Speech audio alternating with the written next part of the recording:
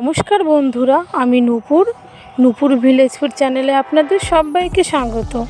আজ আমি আপনাদের সঙ্গে বাড়িতে থাকা মাত্র কয়েকটি উপকরণ দিয়ে কুলফি মালাই করে দেখাবো।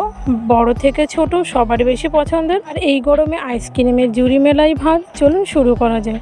এখানে আমি প্রথমে 1 লিটার মতো দুধ দিয়ে দিয়েছি। এখানে আমি আমুলের লিকুইড দুধটা নিয়েছি, আপনারা গরুর দুধও নিয়ে নিতে পারেন। দুধটাকে নাড়িয়ে চাড়িয়ে বেশ খানিকক্ষণ আমি জাল করে নেব। প্রায় 5 মিনিট মতো জাল দিয়েছি। দুধটা আমার একটু গরম হয়ে গেছে। কিছুটা দুধ তুলে নেব আমি জাফরানটা ভিজিয়ে রাখার জন্য। এখন আমি এতে অ্যাড করলাম বড় কাপের 1 কাপ চিনি। আপনারা যতটা মিষ্টি পছন্দ করেন সেই অনুযায়ী চিনি ব্যবহার করবেন। চিনিটাকে খুব সুন্দর করে আমি মিশিয়ে নিচ্ছি। এই সময় গ্যাসের ফ্লেমটা লো টু মিডিয়াম রাখবেন। আরও প্রায় 10 মিনিট মতো দুধটাকে আমি ফুটিয়ে নিয়ে এবার দিয়ে দিলাম স্যাফরনটা দেওয়ার পরে খুব সুন্দর করে নাড়িয়ে চাড়িয়ে নিচ্ছি। এখন আমি কিছু ড্রাই ফ্রুটস কেটে নেব। এখানে আমি দিয়ে দিচ্ছি কয়েকটা কাজু বাদামগুলো খুব সুন্দর করে কুচি কুচি করে নিয়েছি। এবার নিয়েছি কয়েকটা আমন্ডটাকেও আমি কেটে নেব। আপনারা আপনাদের পছন্দ মতো ড্রাই ফ্রুটস ব্যবহার করবেন। আমি কয়েকটা কাজু বাদাম আর কয়েকটা আমন্ড একটু গুঁড়ো করে নেব। প্রায় 20 মিনিট মতো আমি দুধটাকে ফুটিয়ে নিয়েছি। দেখুন অনেকটাই কমে এসছে, আর দুধটার কালারটাও চেঞ্জ হয়ে গেছে।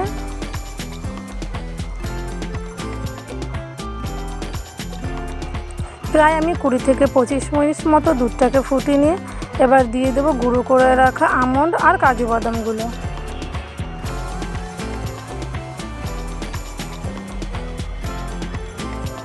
কাজু বাদাম ও আমন্ড দিয়ে আমি বেশ খানিকক্ষণ আবার জাল করে নেব। দেখুন আমার কড়াইয়ের পাশে কীরকম সর লেগে আসছে। আমন্ড ও কাজু বাদাম গুঁড়োগুলো আমি এবার দিয়ে দেবো।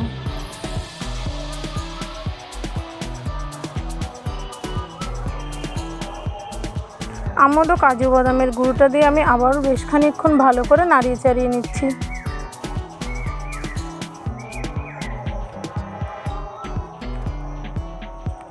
প্রায় আমি আধা ঘন্টা মতো দুধটাকে ফুটিয়ে নিয়েছি। দুধের কালারটাও চেঞ্জ হয়ে গেছে এবং দুধটাও ঘন হতে শুরু করে দিয়েছে। 1 লিটার দুধটাকে আমি প্রায় 3 ভাগের 1 ভাগ করে নেব। প্রায় 40 মিনিট মতো দুধটাকে ফুটিয়ে নিয়েছি। দুধটা অনেকটাই ঘন হয়ে আসছে। এবার আমি এটাকে নাড়িয়ে চাড়িয়ে গ্যাসের ফ্লেমটা বন্ধ করে দেব। ঠিক এমন ঘনই করবেন, আর এর থেকে বেশি ঘন করার দরকার নেই। এবার আমি গ্যাসটাকে বন্ধ করে দিয়ে ভালো করে ফেটিয়ে নেব দুধটাকে, যাতে আইসক্রিমের মধ্যে একটু ক্রিমি ক্রিমি ভাব আসে।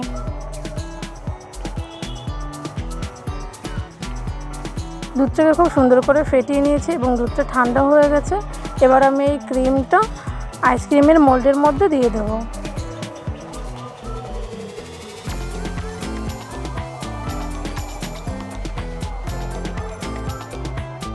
এখানে আমি সব আইসক্রিমের মোল্ডের মধ্যে ক্রিমটা ভরে নিয়েছি। এবার আমি উপর দিয়ে আইসক্রিমের ঢাকনাটা দিয়ে ঢেকে দেব।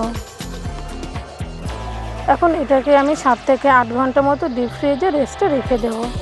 প্রায় 7 থেকে 8 ঘন্টা পরে আইসক্রিমগুলো বের করে নিয়েছি। খুব সুন্দর করে বসে গেছে আইসক্রিমটা।